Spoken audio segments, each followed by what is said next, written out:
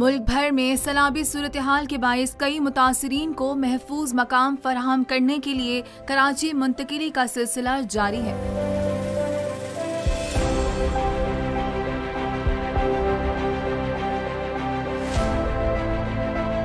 शहर कायद के मुख्तलिफ इलाकों में अब तक सैलाब से मुतासरा 5000 अफराद को लाया जा चुका है। हुकाम के मुताबिक शहर में आने वाले 30% मुतासरीन ऐसे भी हैं जिन्होंने कराची में मुकीम अपने रिश्तेदारों के घर पनाह ली है।